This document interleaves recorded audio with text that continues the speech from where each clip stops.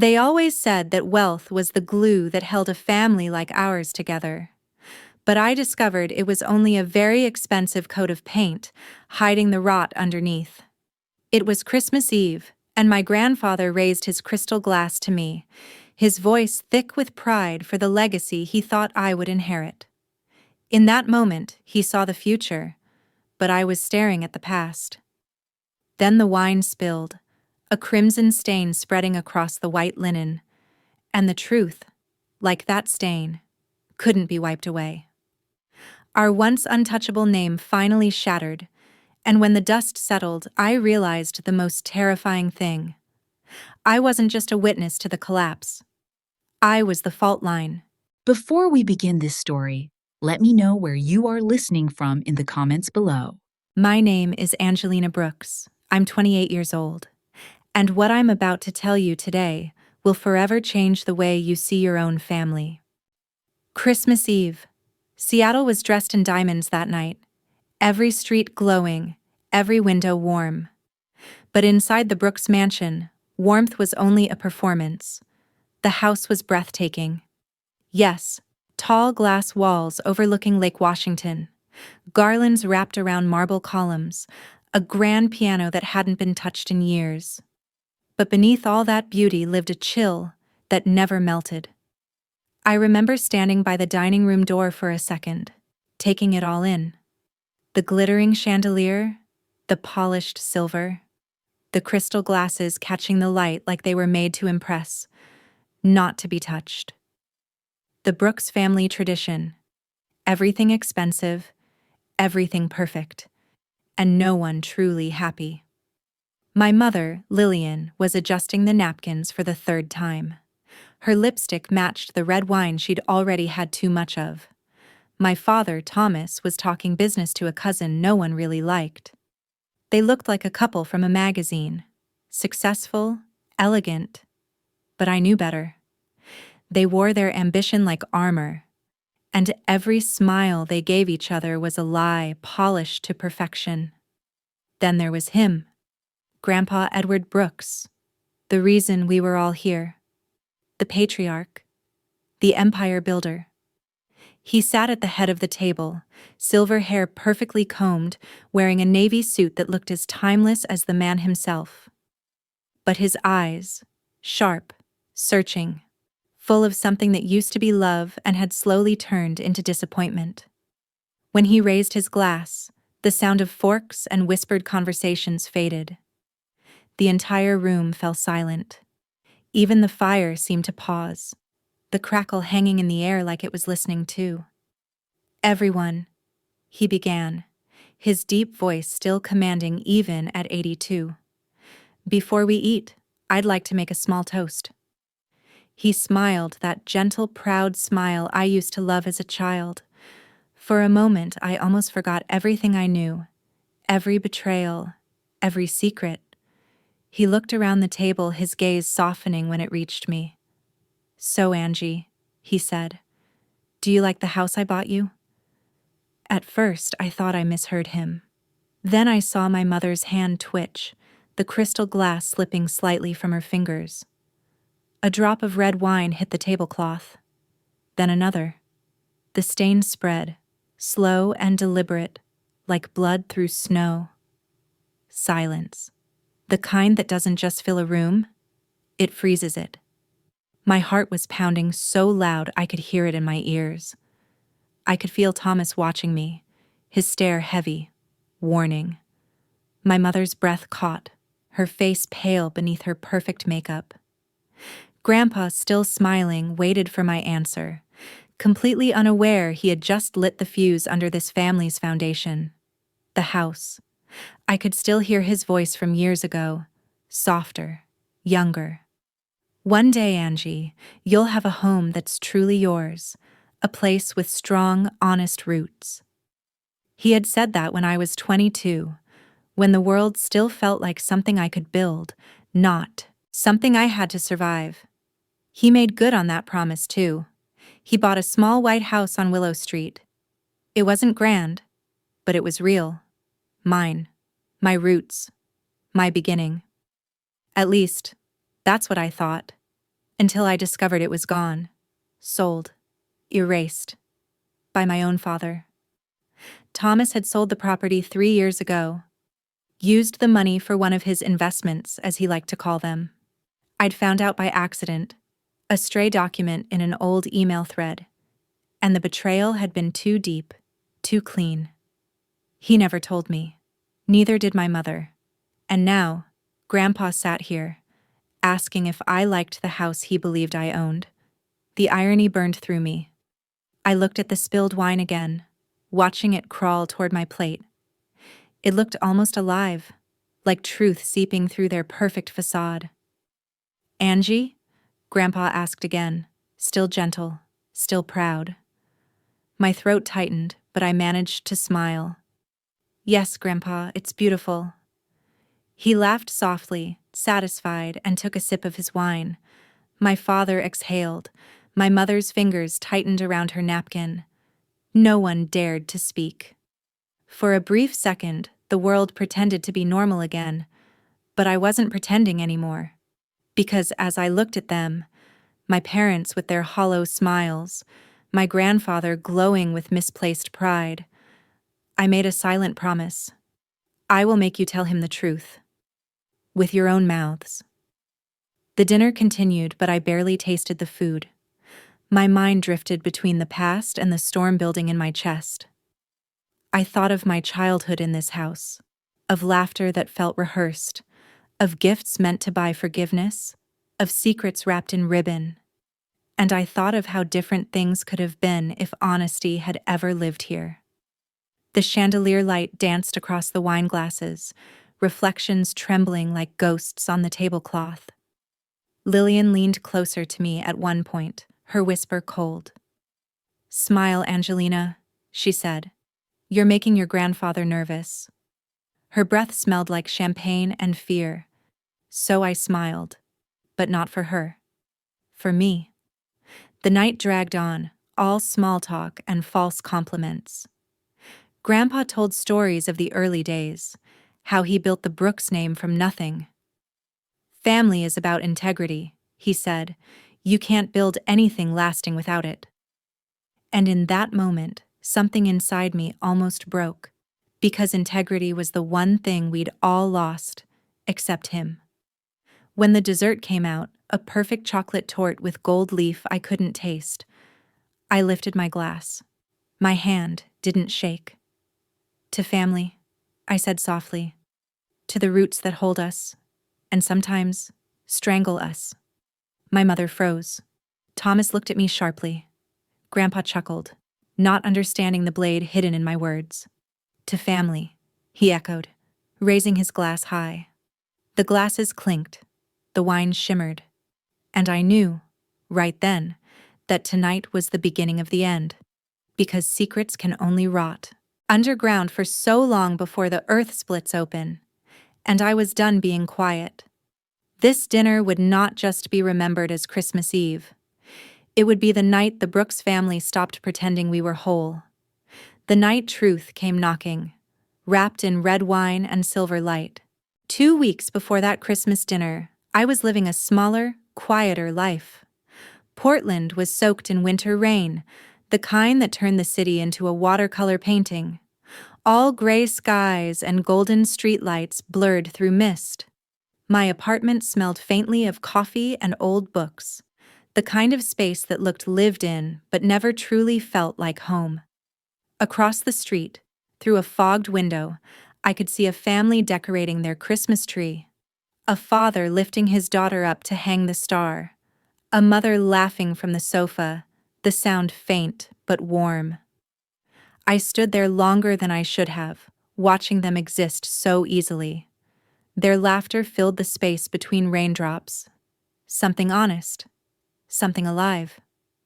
I realized I couldn't remember the last time my family had laughed like that. In the Brooks mansion, every smile was rehearsed, every toast a transaction. We looked perfect from the outside, but we were strangers performing the idea of a family. I caught my reflection in the glass. Tired eyes, hair pulled back carelessly, someone who looked more like a ghost than an heiress. I whispered, "The The Brooks legacy, wealth without warmth. And then my phone rang. Grandpa Edward. For a second, I just stared at his name glowing on the screen. I hadn't spoken to him in months, but his voice still had the power to pull me back to when I believed family could mean something good. "Angie," he said, his tone low and comforting. "How's my favorite girl doing out there?" I smiled. "Working too much. As usual." "Busy," he teased, the favorite word of people avoiding real answers. I laughed quietly. He always knew when I was pretending. After a pause, his voice softened. "This year, I've got something special for you. Something to build your future on." That word, future, caught me. He'd said it once before, years ago, when he handed me the keys to my first home on Willow Street. A place with strong, honest roots. He'd meant it with every part of him. "Grandpa," I asked now, my heart tightening, "what are you planning?" He just chuckled. "You'll see, sweetheart, Christmas will be different this year, I promise." And before I could ask more, he hung up. The line went dead, but his words stayed. Something to build your future on. It sounded like hope. A fragile, dangerous kind of hope. That night, I took out the wooden box on my dresser. Inside were old photos, letters, birthday cards, every trace of him I'd ever kept. On top was the card from my 22nd birthday. The ink had faded, but the words still burned clear. "One day you'll have a home that's truly yours. A place with strong, honest roots." He had underlined roots. I traced the word with my thumb. To him, roots meant legacy.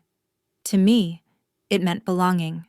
Something I'd been chasing my entire life. The next morning, my phone buzzed with an email while I was at work. I didn't think much of it until I saw the subject line. "Congratulations on the successful sale of the Willow Street property." My heart dropped. I clicked it open, half expecting a scam. But there it was. Seller, Angelina Brooks. Property address, 412 Willow Street. Transaction complete. It was like the world tilted. I hadn't sold anything. Scrolling down, I saw the transfer details. The payment had been wired to an account ending in 0284. The numbers hit me like a memory I didn't want. Familiar, undeniable. It was my father's account. I sat frozen at my desk. The hum of the office faded until all I could hear was the sound of my pulse. Without thinking, I called my mother. She answered with her usual practiced sweetness. "Angie, darling, everything okay?" "Mom," I said carefully, "did you know the Willow Street house was sold?" A pause. Then her voice softened, almost too quickly. "Oh, that old thing? The market wasn't good, sweetheart. Your father thought it was best to—" "Mom," I interrupted. "That house was a gift. From Grandpa. To me." Her laugh came thin and nervous. "Darling, it's all family. Your grandfather doesn't need to know every little detail. You have to trust us." Every little detail. That's what she called it. Theft. I ended the call before I said something I'd regret. That night, I sat on the floor of my apartment surrounded by papers, the glow of my laptop harsh against the dark. I dug through every document I could find. Property records, transaction logs, archived emails, and then I saw it. Forged authorization forms, my signature copied, the sale dated 3 years ago. The money neatly rerouted to my parents' joint account. They'd sold my home and buried the truth under paperwork and charm.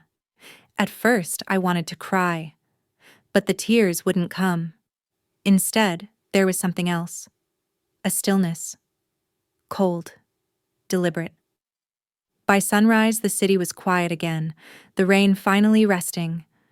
Light crept across my desk, touching the piles of printed proof like a verdict. I whispered to the empty room, "Okay." Just that one word. Steady, calm, because I wasn't going to be silent anymore. I opened my contacts and found Mark Steele, the family lawyer who had drafted Grandpa's will, a man who still believed in decency. If anyone could help me, it was him. I typed slowly. Mark, it's Angie. I need to talk. It's about my grandfather, and something he doesn't know yet. My thumb hovered for a second, then pressed send. The message felt heavier than it should have, like it carried years of secrets. I leaned back and looked out the window. The rain had started again, softer now, tracing silver lines down the glass. I thought about Grandpa's promise. A home with honest roots. Roots. Maybe that was what this was all about. Finding out whether anything in our family had ever been honest at all. Because if the Brooks name had been built on lies, then I was ready to dig them up. Even if I had to tear down everything they'd built. That was the night the emptiness inside me changed shape. It stopped being hollow. It became purpose. And I knew that when Christmas came, truth was coming with me. The next morning, Portland felt colder than usual. The rain had stopped, but the air was heavy, like the city was holding its breath. I left my apartment before dawn, clutching a folder filled with printed documents. The proof I wished I never had to find. The coffee shop where I met Mark Steele was almost empty. He was already there, sitting in the corner booth, the same calm posture he'd had since I was a kid. He'd been my grandfather's lawyer for decades. Quiet, loyal, the kind of man who carried integrity like it was armor. When he saw me, he stood smiling softly. Angelina Brooks, it's been a long time. Too long, I said, sliding into the seat across from him. Thank you for meeting me on such short notice. He nodded. Your message sounded urgent. I took a deep breath and opened the folder. You could say that. Inside were the emails, the transaction receipts, the deed transfer, every piece of paper that proved what my parents had done. I pushed them toward him. Mark adjusted his glasses, scanning each document in silence.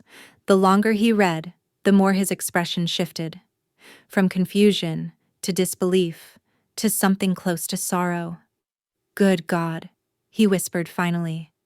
This was Edward's gift to you. I remember drafting the transfer myself. He wanted it separate from the family trust. He said it was yours, and yours alone. I know, I said quietly, but 3 years ago, they sold it. Without my knowledge. Without his. He leaned back, eyes narrowing. Thomas and Lillian? Yes. He rubbed his temple, exhaling sharply. I always suspected they were bleeding the trust accounts. But this is theft. The word hung between us, heavy and sharp. Theft. For a long moment we just sat there, the low hum of the espresso machine filling the silence. I could hear my heartbeat in my ears. I don't want to hurt him, I said finally. He's old and he still believes they're decent people. But I can't keep pretending. Mark looked at me for a long time, his expression softening. Edward deserves to know. He trusted his son to handle the family estate honorably. If what you're saying is true, Thomas not only violated that trust, he used his father's money to rob his granddaughter. My throat tightened. Hearing it said out loud made it real in a way I wasn't ready for. I can't tell him myself, I whispered. Not yet. He needs to hear it from them, in front of everyone. Mark raised an eyebrow. You're planning something. I'm planning honesty, I said. For once? He studied me for a moment, then nodded. Then you'll need proof he can't deny. I'll get it. He reached into his briefcase and pulled out a small notepad. Give me access to the property number and the original deed. I can trace the money trail legally. Once I have the confirmation, I'll make copies. Certified ones. I handed him a USB drive. Everything's here. When he looked up, his expression had changed. You know, Edward used to tell me you had his fire. I see it now. I smiled faintly. I'm not sure if it's fire or just the last piece of me that hasn't gone numb. Mark chuckled softly. Either way, it's going to get messy. I'm counting on it. We parted just after sunrise. The streets were slick and glimmering, the world tinted silver and blue. As I walked back to my car, I thought about what Mark had said. About fire, about honesty. Maybe that was the irony of it all. In a family built on appearances, truth was the only thing that could still burn. That afternoon, I drove to the waterfront, to the Brooks and Carm building my father ran. I sat in the car across the street, watching him through the tall glass windows. He looked untouchable from a distance, shaking hands, smiling his politician's smile. The kind of man who could convince anyone of anything, except me. Not anymore. I wondered how long he'd been doing it, turning Grandpa's love into leverage, his money into power. How many lies had been wrapped up in those family dinners, those perfect photographs in magazines? When I was little, I used to believe my father was the smartest man I knew. Now, I realized he was just the best liar. My phone buzzed. A text from Mark. It's confirmed. The property was sold illegally. Funds traced directly to Thomas and Lillian's investment account. I'll have full documentation by next week. I stared at the screen, heart pounding. Confirmation. Proof. The truth. Finally on paper. I typed back one line. Be at the Christmas dinner. There was a long pause before his reply appeared. You're going to make them tell him? Yes. I sat in the car for a while after that, watching the people walking by, couples laughing, families carrying shopping bags, everyone rushing toward warmth. My hands trembled slightly, not from fear, but from something heavier. For years I'd been the quiet one, the obedient daughter, the girl who swallowed her anger because that's what good families did. They smiled through betrayal, but silence had become a prison, and tonight, I'd finally found the key. I drove home with the heater off, letting the cold settle into my bones. The city lights blurred past like falling stars, and in that strange, weightless moment I felt something close to peace. Not happiness, but clarity. Because now I had direction. The trail wasn't cold anymore. It was burning. A line of truth leading straight back to the people who had buried it. And when Christmas came, they wouldn't be able to hide behind their charity smiles or their champagne glasses. They would have to face what they'd done. To him and to me. The following week passed in a blur of rain and silence. Every morning I woke before dawn, coffee in hand, waiting for an email, a call, a sign from Mark. And every night I fell asleep with my phone on my chest, like a soldier waiting for orders. On Thursday evening, the message came. I have everything. We need to talk. When I arrived at his office, the city was wrapped in mist. The Brooks and Steele law firm occupied an old brick building downtown. Quiet, discreet, the kind of place built for secrets. Mark met me in the hallway, his expression unreadable. Come in, he said softly, closing the door behind us. The blinds were drawn, and a single lamp cast long shadows across his desk. On top of it sat a thick folder bound with a red ribbon. My stomach tightened. That's it? He nodded. Every document, every transaction, every signature. Thomas and Lillian sold the property 3 years ago. The deed was in your name, transferred from Edward's trust to you personally. They forged your authorization letter using a digital template. Then the proceeds were funneled into a private brokerage account. Joint ownership. Joint? I repeated. Meaning both of them? Yes. He hesitated. And it gets worse.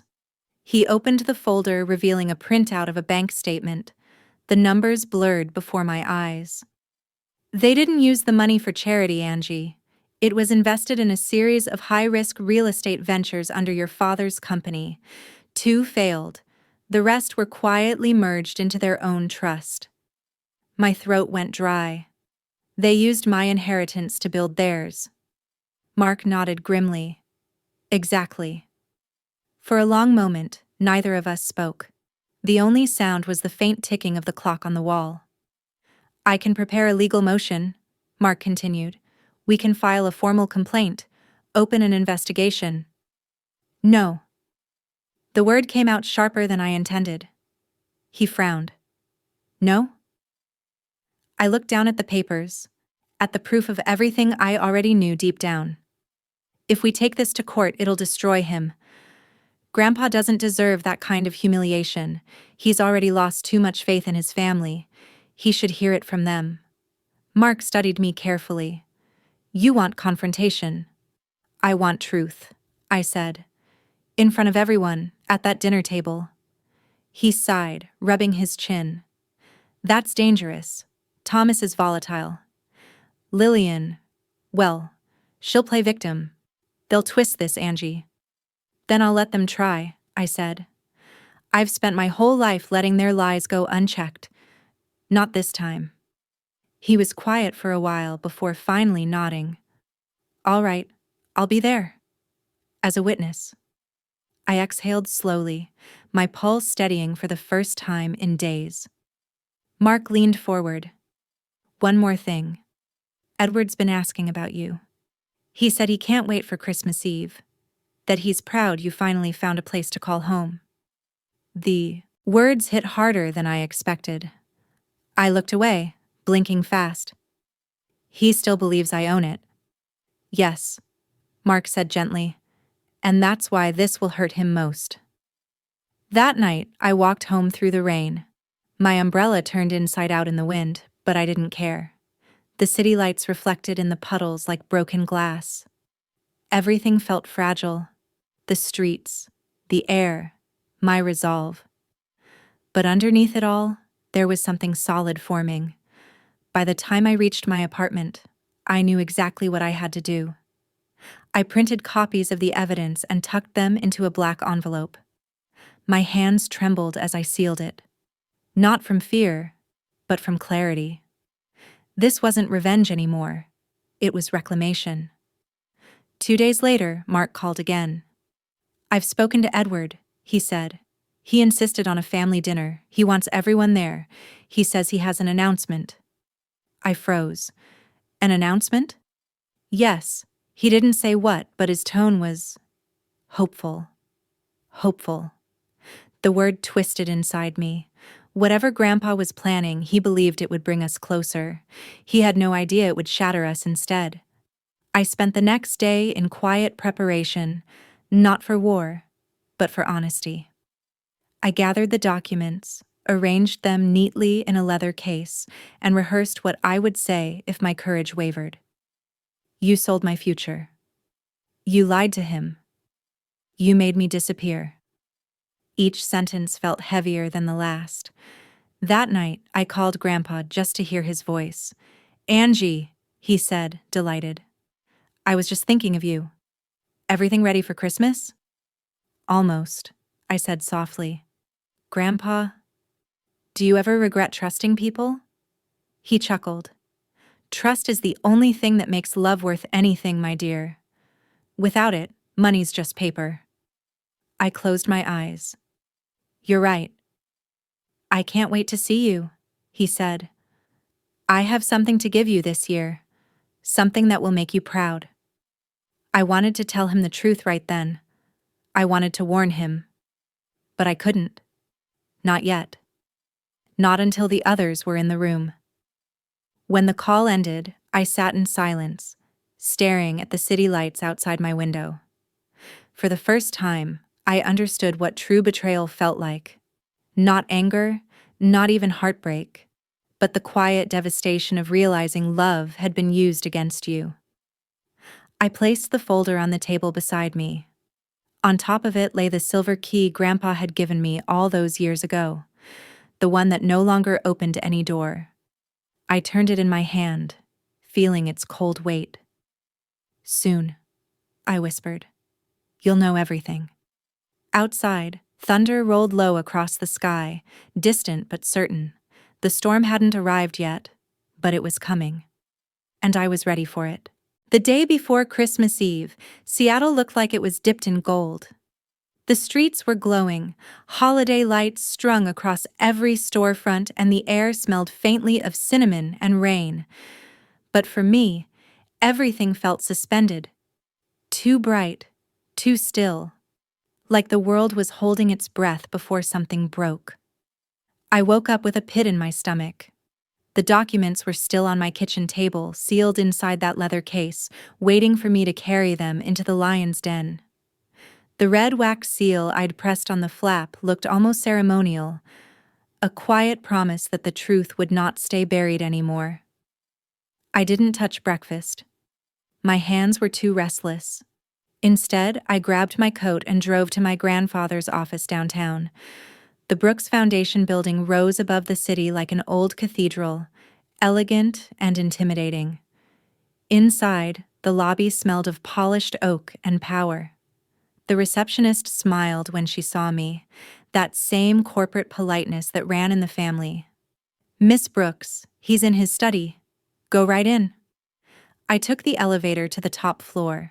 The ride felt endless. When the doors opened, I was met by Sarah, Grandpa's assistant. She was in her mid-30s, efficient, kind, and one of the few people in this family's orbit who hadn't forgotten how to be human. "Angie," she said, surprised. "He'll be thrilled to see you. He's been talking about you all week." "Has he?" I asked softly, trying to hide the tension in my voice. Sarah smiled, adjusting her glasses. "Oh yes.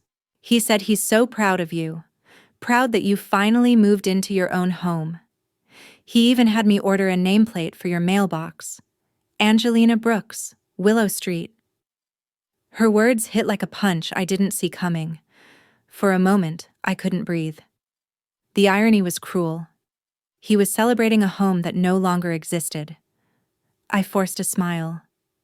"That's wonderful." Sarah didn't notice the crack in my voice. "He's been glowing lately. I think he feels like this Christmas will heal things between everyone." "Maybe it will," I murmured. "In a way." She led me to his office door and gently knocked. "Mr. Brooks, your granddaughter's here." "Send her in," came his cheerful voice. When I stepped inside, the scent of tobacco and cedar hit me instantly. Grandpa's office hadn't changed in years. Shelves lined with family photos, thick books, and an old brass clock ticking on the wall. He stood by the window, sunlight turning his silver hair almost white. "Angelina," he said, his face lighting up. What a surprise. I hugged him, longer than I expected. His body felt smaller than I remembered, but his presence was still immense. "Just thought I'd drop by," I said. "It's been a while." He gestured toward the couch. "You came at the perfect time. I was just reviewing a few things for tomorrow. Sit down, my dear." I did. My eyes landed on the papers spread across his desk, financial reports, donation receipts, a draft of a speech titled "Family and Integrity." He caught me glancing. "Ah yes, tomorrow's toast. I want to remind everyone what it means to build something that lasts." The word integrity echoed in my head like a cruel joke. "That's a good message," I said quietly. He smiled. "You know, I look at your father and mother sometimes, and I wonder if they remember why I started all this. But you've got something they lost a long time ago." My throat tightened. "What's that?" "Honesty," he said. "The courage to stand on your own." If he only knew. He reached into his desk drawer and pulled out a small velvet box. "I was saving this for tomorrow, but maybe it's better you have it now." He opened it.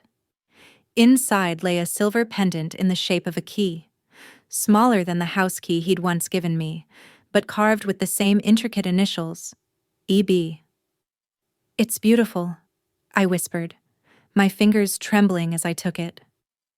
"It belonged to your grandmother," he said. She used to say that love and truth are the only keys worth keeping. Don't ever forget that. I swallowed hard.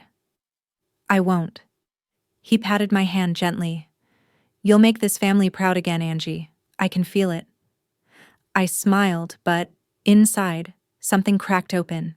A quiet grief for the man who still believed his legacy was intact. When I left his office, Sarah caught me at the elevator. He really adores you, you know, she said. You're the one person he still trusts completely. I hope that still means something after tomorrow, I replied. She tilted her head, confused. What do you mean? I forced a small laugh. Just family things. Back in my car, I sat there for a long time, staring at the pendant in my palm. The metal was cold, but it pulsed with something alive. Guilt, maybe. Or resolve. By the time I drove home, dusk had fallen, painting the city in copper and violet. I passed through neighborhoods glowing with Christmas lights, but none of it felt real. The cheer, the warmth. It all looked like a photograph from someone else's life. At home, I laid out my clothes for the next evening. A black silk dress, simple but sharp, the one I wore to funerals and fundraisers alike. It seemed fitting. I reheated coffee, though it was already late, and sat by the window again, the same window I'd stared through 2 weeks ago when all this began. Outside, the same family across the street was laughing again. The father had strung more lights, and the little girl was dancing under them, spinning in the glow. They didn't know it, but they were watching something I was fighting for. A life built on truth, not illusion. I picked up the leather case and set it on the table beside the silver key. My reflection stared back at me in the window. Calm, unreadable, dangerous. Tomorrow, everything would end. The lies, the pretending, the family myth that had held us together. I wasn't sure what would survive the fire, but I knew this much. By the time the last toast was made, nothing in the Brooks family would ever look the same again. Christmas Eve. Snow dusted the roof of the Brooks mansion, glittering under the golden lights. From the outside, it looked like something out of a storybook. Warmth, family, perfection. But inside, the air was tight, the kind that hums before a storm. I parked at the edge of the driveway and sat for a long moment, watching my breath fog the glass. The leather case beside me felt heavier than it should, not because of its weight, but because of what it carried. Truth always weighs more than lies. When I finally walked inside, the house was glowing. The chandelier scattered light across the marble floor, candles flickered on the long dining table, and a jazz trio played softly in the corner. It was beautiful, painfully so. "Angie, sweetheart," my mother sang from across the room, her diamond earrings catching the light. "We were just saying we missed you." Thomas smiled, his glass half raised. "There's my girl. Merry Christmas." I smiled back, the polite kind of smile that keeps blood from boiling. At the head of the table sat Grandpa Edward, dignified as ever, his green velvet jacket sharp against the golden glow. When he saw me, his face lit up with that rare, pure warmth. "There she is," he said, opening his arms. "The one who makes all this worth it." "Hi, Grandpa," I said softly, kissing his cheek. "Sit beside me, darling. We've been waiting for you." I glanced across the room, and there, near the fireplace, was Mark Steele. He looked perfectly ordinary, almost invisible, as he nodded once. The signal was clear. Everything was ready. Dinner began the same way it always did. Laughter, empty stories, compliments that meant nothing. I barely tasted the food. My mother complimented the wine. My father bragged about some new investment. And all the while, I waited for the inevitable. Finally, as the dessert plates were cleared, Grandpa rose from his chair. The chatter died down instantly. "Before we end this beautiful evening," he began, lifting his glass, "I want to say how proud I am of all of you, especially you, Angie. I froze. He smiled, eyes kind. For finally having a place to call your own. The words hit like ice. My mother's hand twitched. Thomas looked down. Grandpa chuckled, proud and oblivious. So, Angie, he said, his voice bright, do you like the house I bought you? Silence. It was like the air disappeared from the room. Every sound, the clinking cutlery, the music, even the fire, stopped. I looked at him, that beautiful old man who still believed in the world he'd built. Then I looked at my parents. The fear on my mother's face said everything. I stood up slowly, my chair sliding back against the floor. My voice was calm, but it carried. What house, Grandpa? He blinked. The one on Willow Street, of course. I met his gaze. You mean the one my father sold 3 years ago? The words hung there, sharp as glass. The color drained from my mother's face. Thomas's jaw tightened. Grandpa's smile faltered, confusion flickering in his eyes. Sold? That's impossible. It was in your name. I turned to my father. Tell him, Angie, he said quietly. This isn't the time. Tell him. His voice hardened. It was a business decision. The property wasn't... I cut him off. It wasn't yours, my mother whispered. Please, not tonight. Why not? I said, my voice breaking through the hush. You forged my signature. You sold my home. You took his money and hid it in your accounts. The words slammed into the room. Someone gasped. Grandpa's glass shook in his hand. Red wine spilled across the white tablecloth, spreading like blood through snow. Mark stepped forward from the shadows. It's true, he said, his tone measured. I've reviewed the documents. The property was sold under falsified authorization. The funds were transferred to their joint account. Thomas shot to his feet. You had no right. I had every right, Mark interrupted. Edward trusted me to protect this family's interests. Grandpa turned toward my father, his voice trembling. You sold her home? The house I gave her? No one answered. The chandelier light flickered. The snow outside thickened. I could see the moment his faith cracked. The disbelief. The pain. He set his glass down slowly, hands trembling. And when he finally spoke, his voice was quiet but lethal. You sold her future, Thomas, he said. You sold my trust. You sold the one thing money was never meant to buy. No one moved. No one breathed. The fire crackled faintly, the only sound in a room that had frozen solid. I wanted to feel triumphant, but all I felt was hollow, like the truth had drained something from all of us. Grandpa straightened, his eyes glistening but fierce. Family, he whispered, isn't built on lies. And tonight, I see what we've become. Outside, snow fell heavier, blanketing the city in silence. Inside, it felt like winter had finally found us, cold, pure, and merciless. The Brooks family, for the first time, had stopped pretending. No one moved. The sound of the fire popping in the corner was the only thing alive in that frozen silence. The red wine still spread across the tablecloth, slowly tracing between the silverware, a dark reminder of what had just been said. Thomas stood motionless, jaw tight, his hand gripping the back of his chair.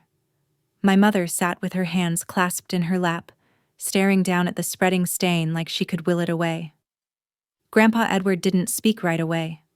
He just looked at me, then at them. His eyes moving back and forth like he was trying to find a version of reality that still made sense. Angie, he said finally, his voice shaking. What did you say? Before I could answer, the heavy wooden doors opened behind us. All eyes turned. Mark Steele stepped into the room, the folder clutched under his arm. He didn't look at anyone except Edward. I'm sorry to interrupt, he said quietly. But there's something you need to see. Thomas's face blanched. Mark, he hissed, this is a private family dinner. Mark didn't even glance at him. He walked straight to the head of the table, placed the folder in front of Edward, and opened it. Inside were copies of the sale documents. The forged signature, the transaction history, the bank transfers. Cold, undeniable proof. Edward's eyes scanned the papers slowly, lips tightening as the truth settled in. His hand trembled when he reached the page with my forged signature. For a moment I thought he might speak, but the words seemed to die in his throat. Thomas took a step forward. "Dad, let me explain." Edward raised his hand, sharp and commanding. The same hand that used to silence entire boardrooms now silenced his son. "Explain?" His voice was calm, but underneath it was something brittle, breaking. "What exactly would you explain, Thomas? How you took what wasn't yours? How you forged my granddaughter's name and stole her inheritance?" Lillian finally looked up, tears glistening in her eyes. "Edward, please. We didn't steal. We needed the money for the foundation, for the charity fund." "Charity?" I laughed bitterly. "You mean the Brooks Family Trust that funds your private villas and your new yacht?" "Angie," she pleaded, "you don't understand." "No," I said coldly. "I understand perfectly." Edward's gaze snapped back to his son. "You used my name, my money, my trust." His voice cracked on the last word. "And you betrayed both of us." Thomas slammed his hand against the table. "Don't make this about betrayal. I built this family's success.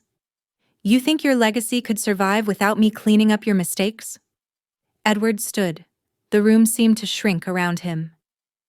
"You call this cleaning up? Selling your daughter's home? Lying to me for 3 years?" Thomas met his eyes, defiant but trembling. "It was a business move. I was protecting our assets."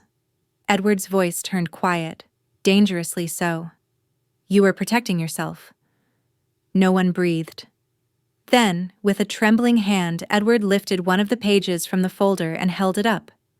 "This signature," he said, looking directly at Thomas. "Did you sign this?" Thomas said nothing.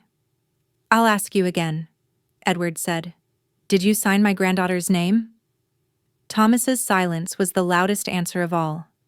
Edward's hand shook, and for a moment I thought he might collapse. But then he did something I hadn't expected. He sat down slowly, folded the papers neatly, and pushed them back toward Mark. His voice was low, almost a whisper. "You sold her future," he said. "You sold the trust I placed in you." No one spoke. The words hung in the air, heavy and final.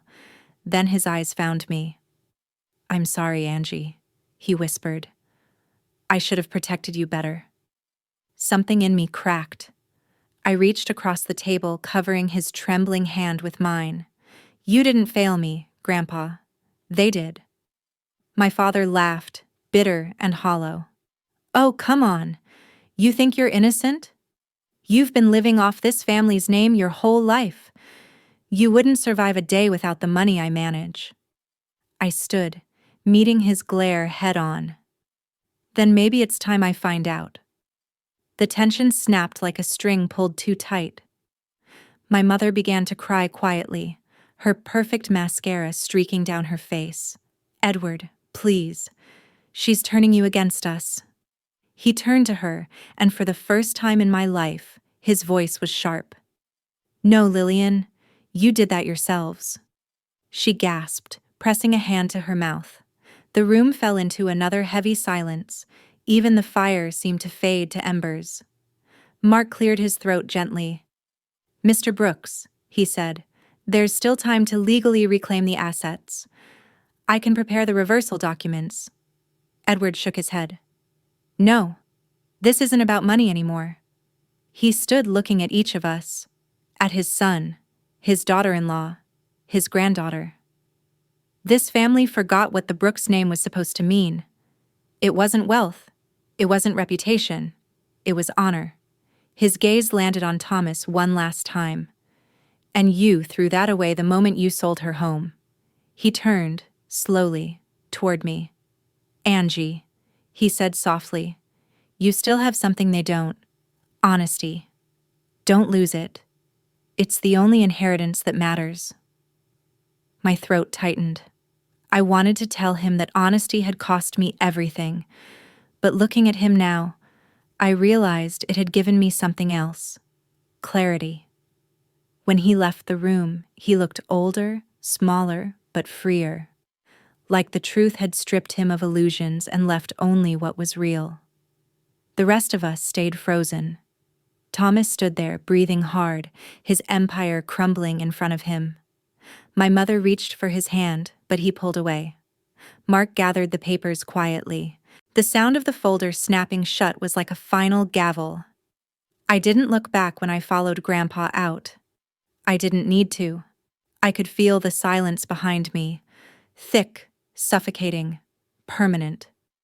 Because once the truth is laid bare, there's no going back to pretending. The Brooks family name had finally cracked, and all that glittered on that golden table was gone. For a long moment, no one spoke. The air inside the dining room was too still, too heavy. The chandelier flickered softly, reflecting off the spilled wine that still bled across the white linen. My father's voice broke the silence. "Dad, please. This has gone far enough." His tone was calm, but the pulse at his throat betrayed him. "You're letting anger cloud your judgment. This wasn't about greed. It was about protecting the family's assets." Edward stared at him, eyes cold. "You forged your daughter's signature and sold her home." Thomas straightened, defensive. "I authorized the transaction as her father. It was a business decision. You of all people should understand." "Understand?" Edward's voice hardened. "Understand betrayal? Theft? Is that what you think I taught you?" My mother stepped in quickly, voice trembling but polished. "Edward, please. You know us. We've devoted our lives to upholding your name. The schools, the foundations, the hospitals. Everything we did was for the family." "For the family," I repeated quietly, staring at her. "You mean for yourselves? You used charity as camouflage." Her face twisted. "You think you understand responsibility? You have no idea what it takes to maintain this family's image." I met her eyes, steady. "That's all it ever was to you, wasn't it? Image." My father slammed his fist against the table. "Enough. You've both said your piece. This isn't about emotion, it's about legacy. I did what had to be done." Edward rose slowly, his chair scraping the floor. Even old and tired, he carried the kind of power that silenced a room. "You did what served you," he said quietly. "Not legacy, vanity." Thomas exhaled sharply, a bitter laugh escaping. "You talk about honesty as if it ever built anything. I used your name to keep this family alive. You should thank me." Edward's gaze was steady. "You used my name to erase my values. You sold the only thing I gave her that meant something real." The words struck like a hammer. My father looked away, but Edward kept going. "You've been chasing power so long you've forgotten what love looks like. And you," he turned to Lillian, "you watched it happen." Tears slid down her face, but she didn't move. "We thought we were protecting her," she whispered. "By stealing from her?"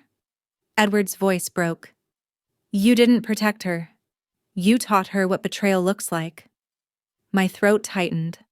I wanted to speak, but the weight of the moment kept me silent.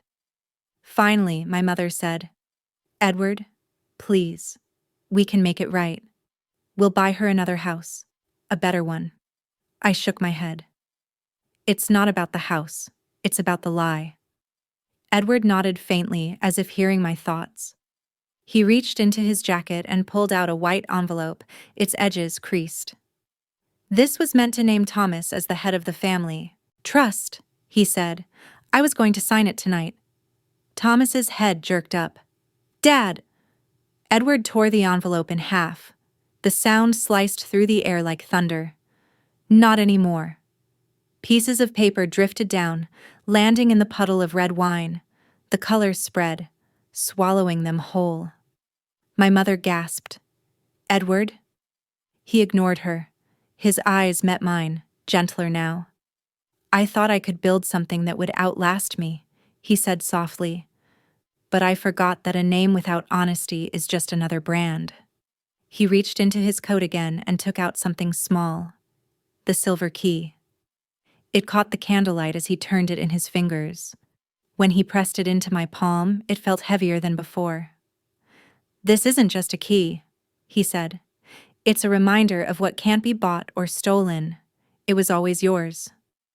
I swallowed hard. "Grandpa, you don't have to do this." He gave a faint smile. "I already did." Thomas stepped forward, voice cracking. "Dad, you can't throw me away. We're your blood." Edward's tone was calm, almost sorrowful. "Blood makes you related. Honesty makes you family." The silence that followed was absolute. Even the fire seemed to stop crackling. Edward sank back into his chair, looking suddenly smaller, older. "Leave," he said quietly. "Both of you." Lillian's tears came again, real this time. "Edward, please." "Go," he said, "before there's nothing left between us." Thomas hesitated, fury flickering in his eyes. Then he turned, jaw tight. "You'll regret this," he said. "You'll die alone in this house." Edward didn't look up. Better alone than surrounded by liars. The door slammed. The echo rolled through the house like distant thunder. I stood there, the key biting into my palm. Around us, the once beautiful table was a battlefield, wine stains like blood, the torn contract like ash. Edward rubbed his temples, exhaustion settling into his bones. "You see, Angie," he said quietly, "truth always finds a way to surface, no matter how deep people try to bury it." I sat beside him, my voice barely a whisper. "It hurts, though." He nodded. "It's supposed to. That's how you know it's real." For a long time, neither of us spoke. The storm outside had stopped, but thunder still rumbled faintly in the distance. And in that fragile silence, I realized something. The Brooks name might have cracked tonight. But for the first time, something honest was finally taking root. Morning came quietly, the kind of quiet that only follows a storm. The house felt heavier, as if the walls themselves were still trying to absorb what had happened the night before. Every corner carried an echo, the raised voices, the shattering silence, the sound of the front door closing on my parents' exit. I moved through the hallway barefoot, each step soft against the cold marble. The candles from last night had burned down to stubs, leaving small puddles of wax on the tablecloth, beside the torn papers and the dried stain of red wine. It looked like the remains of a battle that no one had won. In the corner, a single glass sat untouched, my grandfather's. I found him in the kitchen, sitting at the wooden breakfast table, his back straight, but his face drawn. His cup of coffee sat in front of him, untouched and cold. He didn't turn when I entered, but I could tell from the way his shoulders shifted that he knew I was there. "Couldn't sleep either?" I asked softly. He smiled without looking up. "Sleep is for people who can still forget." I poured myself a cup and sat across from him. The morning light coming through the window was pale, almost ghostly. It caught the faint tremor in his hands as he lifted his cup and set it back down again without drinking. For a long moment we just sat there, the ticking of the kitchen clock the only sound between us. Then he said, "I thought I understood loss, you know, but it's different when it comes from inside your own house." I stared into my coffee. "You didn't deserve that." He chuckled quietly, not with amusement, but with that tired kind of sorrow only age can produce. "No one deserves betrayal, Angie, but it's part of life. We spend years teaching people how to love us, and sometimes they still choose to fail the test." His voice cracked a little on the last word, and I felt something inside me ache. "Do you regret telling them to leave?" I asked.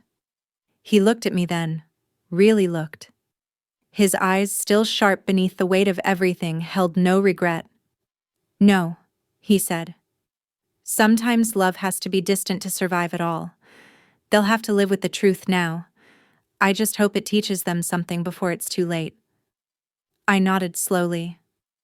"They'll never admit it." "Maybe not," he said. "But time humbles even the proud." We sat in silence again, and then, softly, he reached across the table, placing his hand over mine. "I'm proud of you," he said. "You stood up for what was right, even when it hurt. You have something they lost long ago: courage without cruelty." I swallowed hard. "I didn't want to hurt you." He squeezed my hand gently. "You didn't. You saved me." Those words nearly broke me. After a while, he stood and walked to the window overlooking the back garden. The sky was still gray, the lake beyond the trees rippling faintly in the cold wind. The old oak tree he'd planted decades ago stood tall and unshaken. "You know," he said, "when I was your age, I thought legacy was about keeping the family name alive, but I see now, it's about keeping your soul intact." He turned, his voice quieter. "Money builds walls. Truth builds roots." That word, roots, hung in the air like a heartbeat. He reached into his pocket and pulled out a small brown envelope. "Here," he said.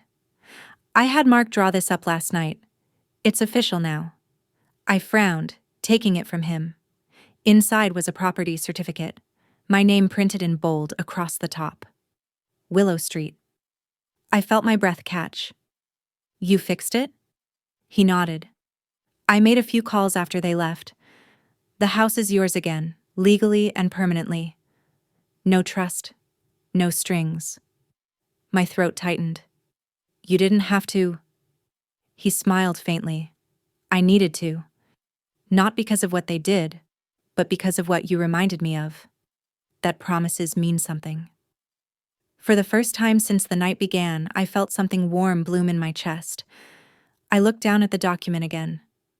My name, my home, my roots. "I don't know what to say," I whispered. "Then don't say anything," he said. "Just build something honest with it." He returned to his chair, slower this time, every movement heavy but certain. "You know," he added, "your grandmother used to say that the only real inheritance we leave behind is how we make people feel. Everything else fades." He took a slow sip of his coffee, then grimaced. "Cold," he muttered. I smiled through the sting in my eyes. "Want me to make a new pot?" He waved his hand. "Nah, let it be. Cold coffee, warm truth, fair trade." For the first time all morning, we both laughed, quietly, but real. Later, as I walked through the mansion, the silence no longer felt oppressive. It felt necessary, cleansing. The portraits on the walls looked different now. Not like symbols of power, but ghosts of lessons learned too late. In the foyer, I paused. On the table where last night's chaos began, the silver key still rested beside the empty wine glass. I picked it up and held it against my palm. It didn't feel heavy anymore. Outside, the sun was breaking through the clouds, thin but steady. I opened the front door, the cold air rushing in, and stepped out. The world smelled like wet earth and beginnings. Behind me, I heard my grandfather's footsteps. He stopped in the doorway. "Where are you going?" "To Willow Street," I said, turning to smile at him. "I think it's time to start over." He nodded, pride softening the lines of his face. "Take the long way," he said. "Roots don't grow in a straight line." I laughed quietly. "You and your metaphors. They're all I have left," he replied. We stood there for a moment, sunlight warming the cold December air between us. Then I turned, walking toward my car. As I reached the end of the driveway, I glanced back one last time. Edward Brooks stood at the doorway of his mansion, the man who had built empires, now smaller, lonelier, but somehow freer. He raised a hand in farewell. I raised the key in response. For the first time in years, I wasn't walking away from something. I was walking toward it. 1 week later, the city had thawed. The snow that had dusted Seattle's rooftops during Christmas melted into thin streams that ran along the sidewalks. I drove with the window slightly open, letting the cold air sting my cheeks. It kept me awake, reminded me I was alive, that things had changed. The road to Willow Street was quiet, lined with tall pines that still held bits of winter on their branches. I hadn't been here since the day I left Portland. It felt like driving through memory. The kind that softens the pain but never erases it. When I turned the corner and saw it again, my breath caught. The little white house stood at the end of the lane, framed by a fence of weathered wood and overgrown ivy. It looked smaller than I remembered, but also stronger, like it had survived its own storm. I parked, stepping out onto the gravel path. The air smelled faintly of cedar and rain. I stood there for a moment, staring at the front door. The paint chipped just enough to make it real. In my pocket, the silver key felt warm against my palm. When I slid it into the lock, it turned easily. No hesitation, no resistance. The sound it made was quiet, almost shy. The door opened with a sigh, and I stepped inside. The space was empty. No furniture, no curtains, no trace of the past owners. Just pale walls and sunlight filtering through the windows, laying soft stripes across the wooden floor.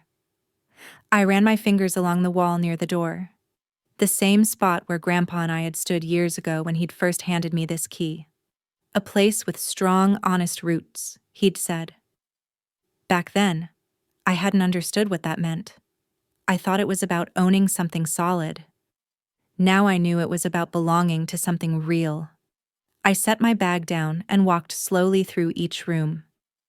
The echoes of my footsteps followed me, the sound of starting over. The kitchen window looked out onto the small backyard. The soil was dark and rich, the fence crooked but standing. I smiled. It wasn't perfect. That was what made it beautiful. I opened the back door and stepped outside. The wind was soft, carrying the scent of damp earth. Birds fluttered in the trees, shaking off droplets of rain.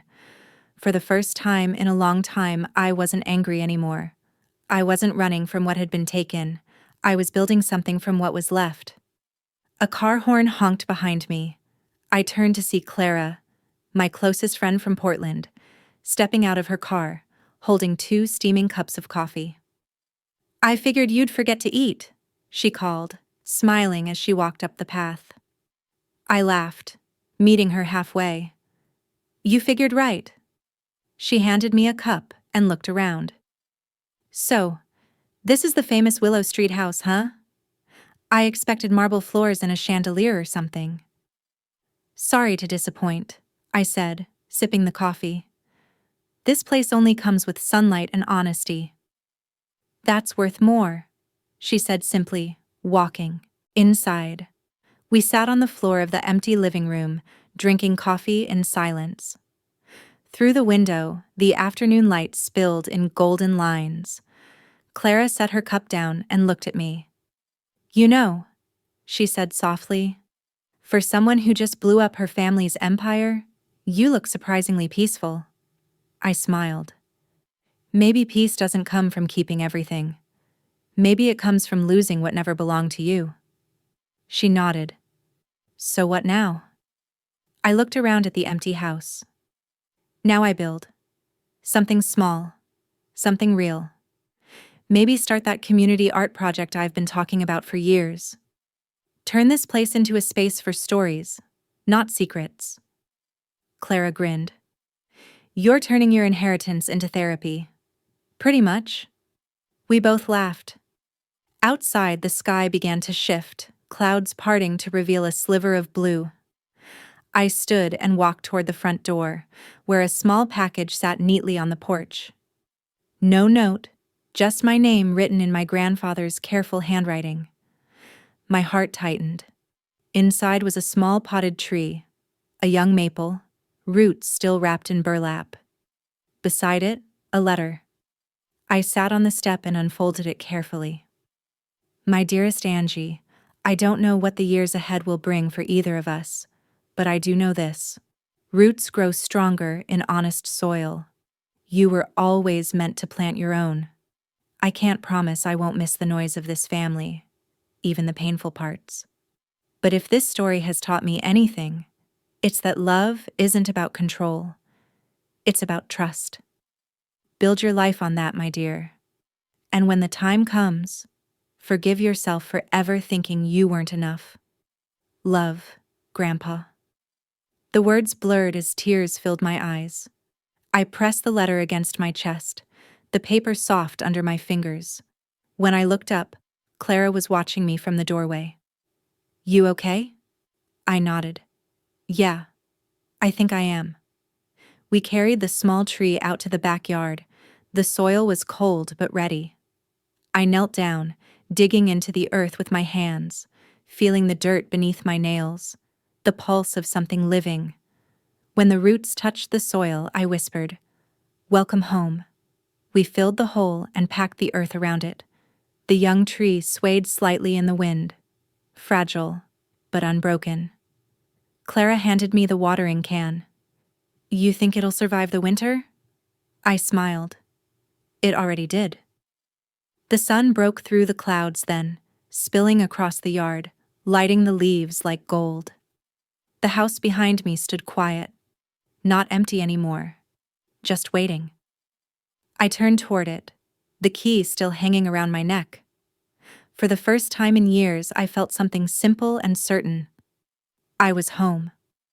And as the wind brushed through the branches, carrying the scent of new earth, I heard my grandfather's words echo gently in my mind. Home isn't just a place with strong roots. It's where you finally stand up for the truth you deserve. And sometimes the hardest person to forgive is yourself. In the end, revenge didn't look like fire. It looked like peace. Quiet, steady, and earned. I didn't destroy my family. The truth did. And maybe that's how it was always meant to be. Because sometimes, justice isn't about watching others fall. It's about finding the strength to stand again. In the ruins, in the silence, in yourself. If you've ever had to choose between peace and pretending, tell me, would you have done the same?